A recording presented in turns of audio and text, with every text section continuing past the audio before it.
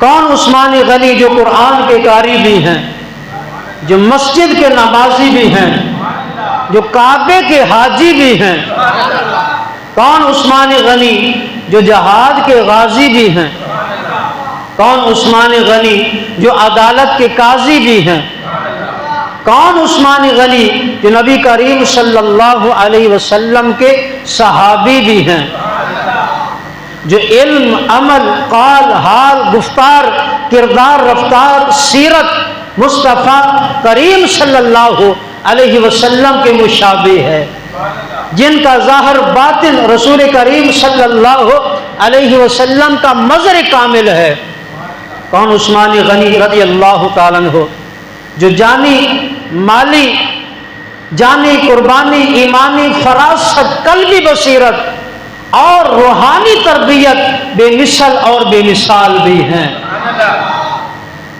تو برادران محترم، نبی کریم صلی اللہ علیہ وسلم آپ سرکار کا فرمان عالی شان ہے، وعثمان فی الجنت، تیرے تو میرے کریم نبی صلی اللہ علیہ وسلم نے فرمایا کہ حضرت عثمان رضی اللہ تعالیٰ عنہ جنتی ہیں۔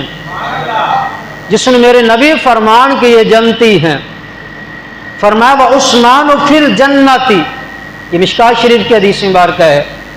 آپ سرکار نے فرمایا کہ حضرت عثمان رضی اللہ تعالیٰ عنہ یہ جنتی ہیں۔ اب دوسری حدیث سنیے، کریم آقا صلی اللہ علیہ وسلم نے فرمایا لکل نبی رفیق و رفیقی یعنی فی الجنت عثمان۔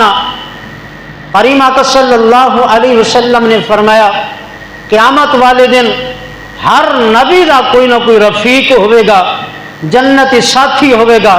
صحابہ نے عرض کی یا رسول اللہ صلی اللہ علیہ وسلم تہاڈا ساتھی کون ہوئے گا؟ میرے مصطفیٰ نے فرمایا کہ میرا عثمان ہوئے گا۔ کریم آقا صلی اللہ علیہ وسلم نے فرمایا وعثمان فی الجنت لکل نبی رفیق و رفیق یعنی فی الجنت عثمان۔ فرمایا کہ جنت کے اندر جڑا میرا رفیق ہے، میرا ساتھی ہے، وہ حضرت عثمان غنی پاک ہیں۔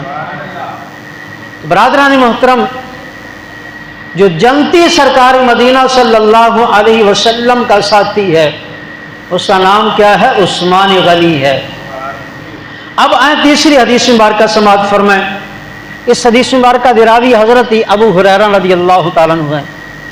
کریم آقا صلی اللہ علیہ وسلم نے فرمایا اشترا عثمان بن عفان من رسول اللہ صلی اللہ علیہ وسلم الجنت مرتین یوم رومت وفی جیش۔ کریم آقا صلی اللہ علیہ وسلم نے فرمایا کہ حضرت عثمان رضی اللہ تعالیٰ عنہ نے 2 مرتبہ جنت حاصل کر لی ہے۔